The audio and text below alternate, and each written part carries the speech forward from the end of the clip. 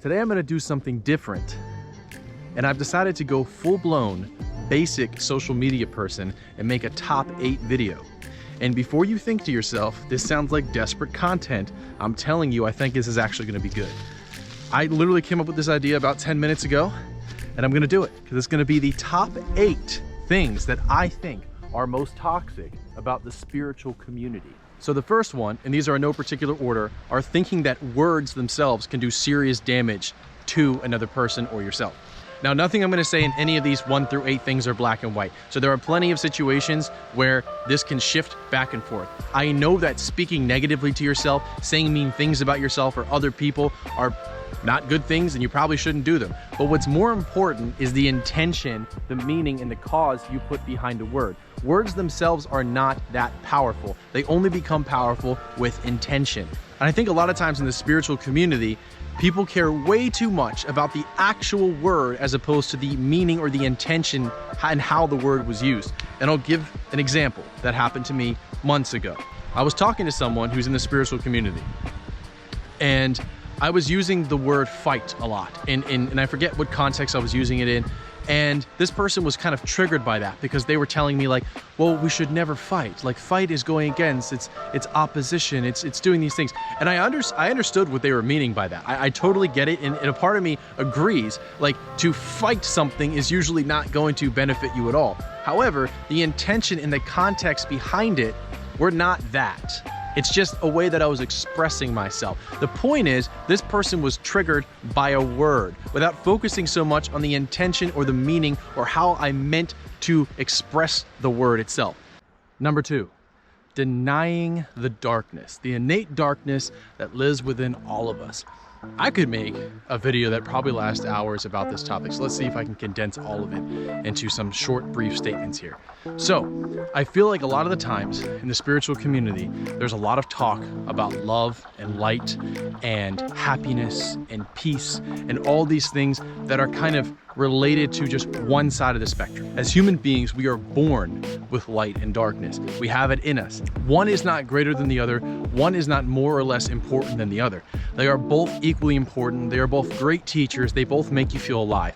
Obviously, without light, darkness wouldn't exist. Without darkness, light wouldn't exist. They go hand in hand. Don't deny the darkness. Don't deny the horrible things that you've done or that have happened to you or anything like that, because we're taught a lot of the times that those things themselves shouldn't be there, and they should. They happen for a reason. They happen to help you learn, to help you grow, to help you move past. And that darkness is an incredible teacher. You're always going to run into lessons in your life. A lot of them come through what I'm going to call light, right? They come through light. So you'll be having a great day. Everything will be happy, or you'll have a great month or a great year or whatever, and you'll have all these opportunities in that time frame to grow and to learn. A lot of people don't. They get really comfortable with their life and they stop continuing their progress because they might just feel good. Then usually what happens is something comes along that makes them feel like shit. And then you feel like you need to avoid it. You feel like you need to run from it. You feel like it shouldn't be there. But ultimately, at the end of the day, that is there to teach you something. Darkness is always to help you move past a part of your life that you're stuck in. But darkness is not there to harm you or to hurt you. It is there to teach you a lesson, because sometimes the only way we can learn, because we're so goddamn stubborn, is to get smacked in the face. And then you get smacked in the face, you hit rock bottom, you start feeling really low, and then you're forced to pick yourself back up. You're forced to work for it. I think that is incredibly important. We're kind of taught always to suppress things, but suppression of something is always suppressing the darkness, and suppressing the darkness is just gonna make that shit grow, and it's gonna feel even worse until you deal with it. So again, spiritual community, don't deny the darkness, it's your friend. Number 3, the idea of enlightenment, or trying to become enlightened. This one's gonna be kind of short. You're just putting an unnecessary pressure on yourself, trying to attain something that is rather unrealistic when you think about it. Enlightenment essentially means becoming fully realized as a human being, which means stripping yourself of all your attachments. Can you really do that? Can you really break your attachments to people, to things? Can you really break them to the ideas that you have in your mind of who you are? Now, there are some attachments that are good to get rid of in this life. There are some that are important to work through, but all of them, it's not gonna happen. If there are any people on this earth right now that are fully enlightened, they're not walking around, and I've never heard of any. And I'm not saying it can't happen or it doesn't exist, because the idea of it seems wonderful and beautiful in a sense, but in the spiritual community, trying to strive for this is just tomfoolery. You can find other ways to feel fulfilled and free than to reach enlightenment. Okay, so number 4, and that's going to be detaching or denying emotions. All this kind of blends in together sometimes, but hear me out on these. So I've seen a lot of the times in spiritual community where the idea of feeling angry or sad is not necessarily punished, but it's kind of looked at like you shouldn't feel that way.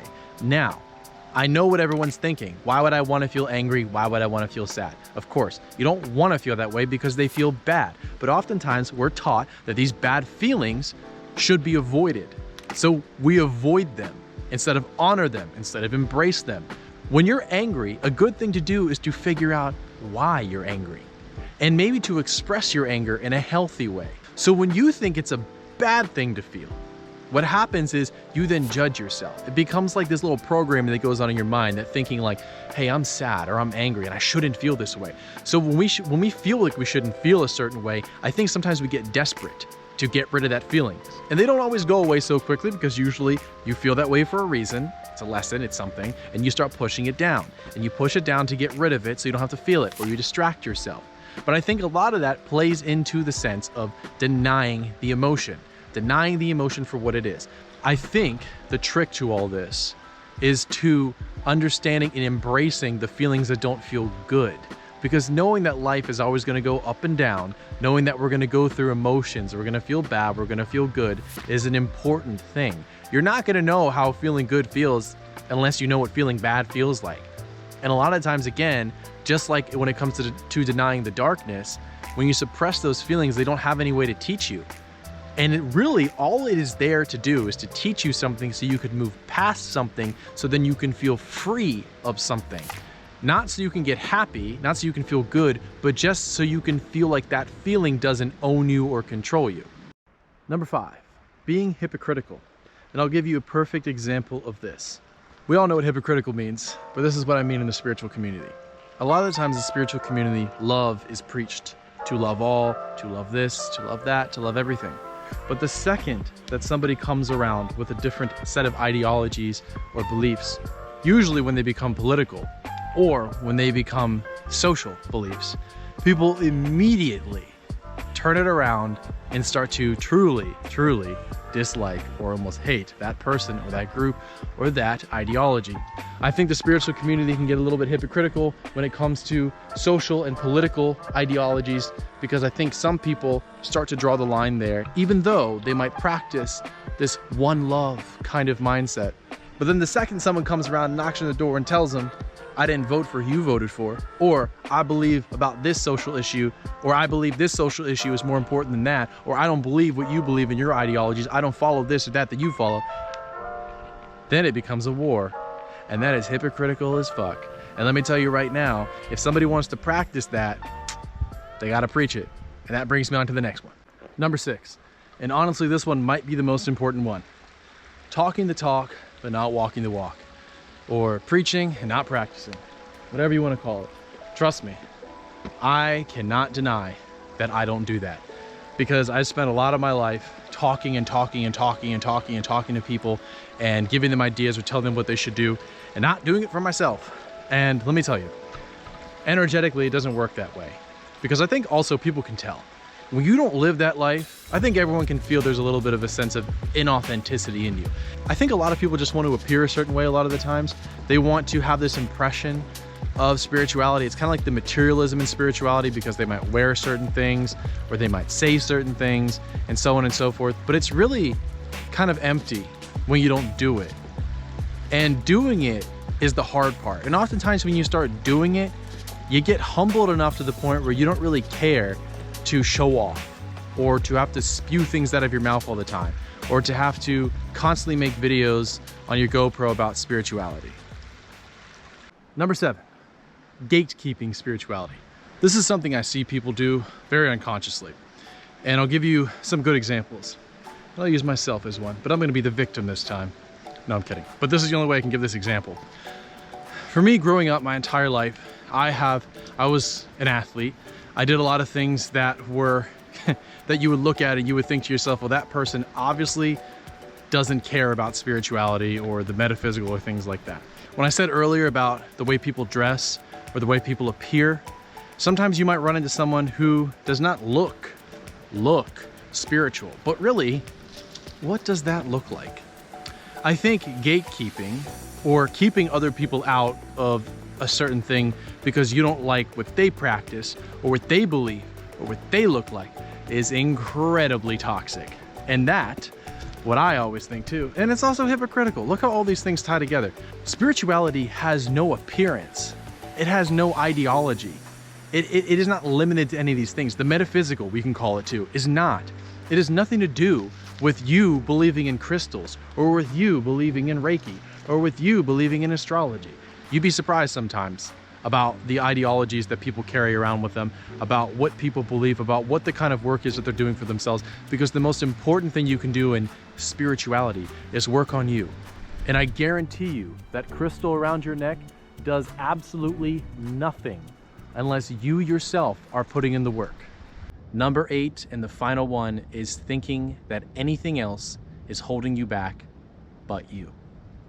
When it comes to growing, becoming more conscious and aware, more introspective, more intuitive, whatever you want to call it, I think the one thing, the hard truth to realize, is that the only person that is ever holding you back from anything is yourself. But if you change your mentality, that you're the only thing holding you back, and that it's your mindset, despite what anyone thinks about you, does to you, or wants you to be, that is how you truly empower yourself to become free. Free of your own mindset, free of other people even too, maybe. But taking responsibility and taking ownership for who you are, for your own feelings, for what you do, is the most empowering thing. I think a piece of growing that everyone goes through is victimization. And I think it's an important one to listen to. I mean, right now you'll see it throughout the world. It's rampant. It's rampant. And I think it's a good thing because it's kind of coming up to die, to go away. But the only way to change anything, to really, really feel free and empowered, is to drop the idea that somebody else has power over you despite what they can do. And I know it might seem tricky because your mind wants to go to, let me blame this person.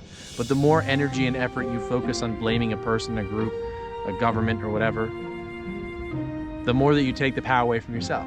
That's my last piece of advice. That's my last thing. But wherever you are out there in the big wide world, live, laugh, love. Let me stop. All right. I'll see you guys next video. Goodbye.